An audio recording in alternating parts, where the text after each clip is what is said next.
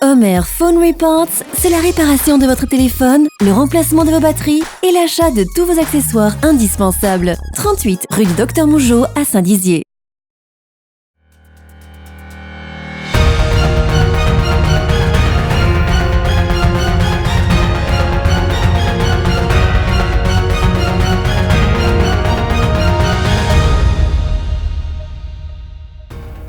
Bonsoir à tous, nous sommes le samedi 26 octobre, bienvenue dans votre journal week-end.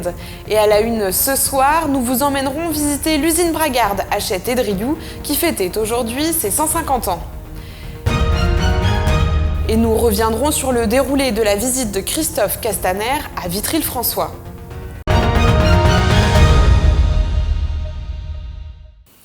Depuis le début de la semaine, les pompiers haut-marnais sont en grève. Par solidarité, le mouvement social est très soutenu dans tout le département.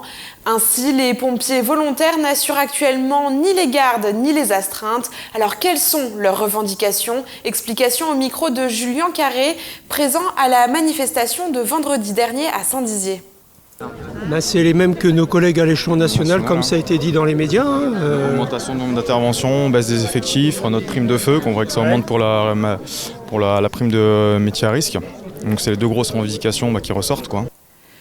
Depuis 1869, l'usine à Châtelet-Drioux fait partie du paysage bragard. Avec ses 350 employés et ses 12 hectares, l'entreprise connaît un renouveau depuis 2012. 1500 visiteurs étaient attendus ce matin pour aider cette vieille bragarde à souffler ses 150 bougies. Un sujet signé Julien Carré et Manon de Fontis. En 1869, deux beaux-frères, Félix Hachette et Adolphe Drioux, ont créé l'entreprise industrielle à Châtelet-Drioux. La première activité était la fonderie de cuivre, mais ils possédaient également des ateliers de construction. Cette année, la société fête ses 150 ans et l'activité n'a pas cessé d'évoluer durant ces nombreuses années. Nous sommes une aciérie, donc nous faisons des pièces moulées en acier essentiellement, des aciers carbone, c'est-à-dire des aciers basiques, des aciers alliés et également des aciers inox et ce qu'on appelle des duplex et super duplex, donc des aciers qui sont très bien ciselés. À l'occasion de cet anniversaire, l'entreprise a pu ouvrir ses portes au public. Ils ont ainsi pu découvrir les secrets de fabrication des modèles créés au sein de cette usine. À l'origine, les clients envoient un plan à la société. À partir de ce dernier, ils vont réaliser une étude de fonderie afin de définir le moulage de la pièce. Pour ce faire, l'étape du modelage est impérative. Ce modèle servira d'empreinte pour l'étape du moulage. Une fois que l'empreinte sera terminée, on va l'emmener au chantier de coulée. On fera une coulée en fonction de la nuance qu'on va élaborer avec une température de coulée différente. C'est-à-dire qu'on peut couler des matériaux à 1580 comme on peut couler des matériaux à 1650 degrés. Afin de récupérer la pièce, il faudra attendre 2 à 3 jours pour s'assurer qu'elle soit bien refroidie. Ensuite, une fois que cette pièce a été traitée, qu'elle a ses caractéristiques mécaniques, on va s'affranchir de tous les défauts qu'elle pourrait avoir. Donc par des contrôles non destructifs, on va venir éliminer tous les défauts superficiels et on va les combler par de la soudure. Après toutes ces opérations, les pièces sont envoyées à l'atelier d'usinage pour être par la suite livrées aux clients. Près de 1400 visiteurs étaient attendus pour cette journée porte ouverte. Des personnalités politiques locales étaient également présentes. Élodie de Giovanni, préfète de la Haute-Marne, François Cornegentil, député de la 2e circonscription, Philippe Ossois, président de la communauté d'agglomération Saint-Dizier-d'Air-et-Blaise et Madame Robert Dehaut, maire de Saint-Dizier.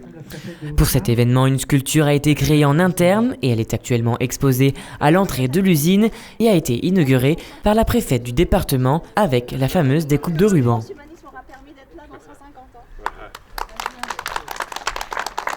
Hier, la Cité Rose était sous haute protection pour la venue à Vitry-le-François de Christophe Castaner, ministre de l'Intérieur. Revenons en images sur les différentes étapes de sa visite. Julien Carré et Nicolas Fontaine. Ce vendredi matin, la ville de Vitry-le-François a été placée sous haute surveillance afin d'accueillir le ministre de l'Intérieur Christophe Castaner. Chaque année, 1 à 2 casernes de gendarmerie sortent de terre et pour l'occasion, elles bénéficient de visites officielles du ministère de l'Intérieur afin d'être inaugurées. Tel est le cas pour la compagnie Vitriate.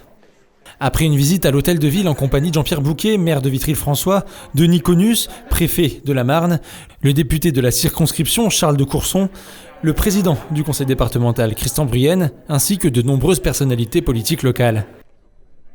Par la suite, le ministre s'est rendu à la nouvelle brigade de gendarmerie située dans le quartier du Hamois, dans le but de procéder à l'inauguration officielle de cette dernière. Pour ce faire, la traditionnelle découpe du ruban tricolore s'est déroulée devant l'entrée des locaux.